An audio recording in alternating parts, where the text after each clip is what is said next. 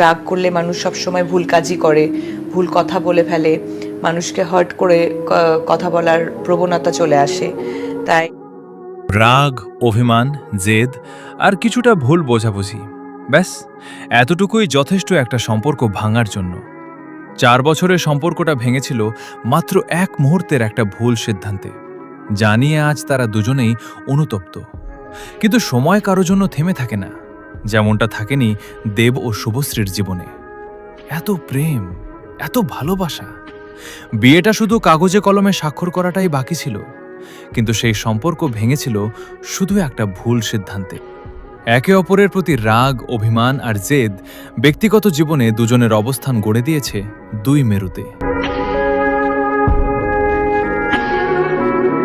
দেবের সঙ্গে সম্পর্ক ভাঙার পরই বিয়ে করে ফেলেন শুভশ্রী। হয়তোবা সেটা তিনি জেদের বশেই করেছিলেন, কেননা দেব চলে গেলেই যে তার জীবন থেমে যাবে না, হয়তোবা সেটাই তিনি দেখাতে চেয়েছেন।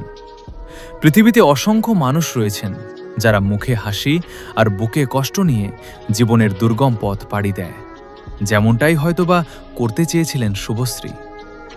কিন্তু সময়ের সঙ্গে প্রিয় জুটির একে অপরের প্রতি রাগ, অভিমান মুছে যাওয়ায় আজ তারা যে যার নিজেদের কাছেই অনুতপ্ত।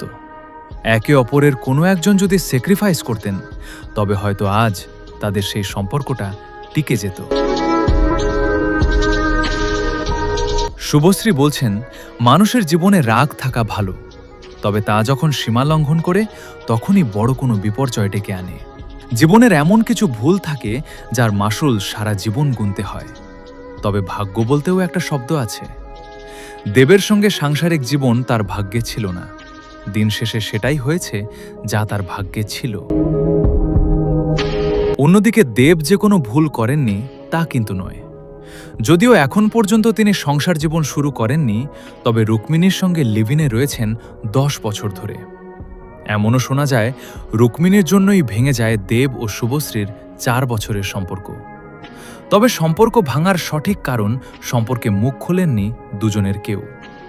তারা শুধু নিজেদের ভুলের জন্য অনুতপ্ত হয়েছেন এবং প্রতিশ্রুতি দিয়েছেন জীবনের বাকিটা সময় বন্ধুত্বের সম্পর্কে কাটিয়ে দেবেন।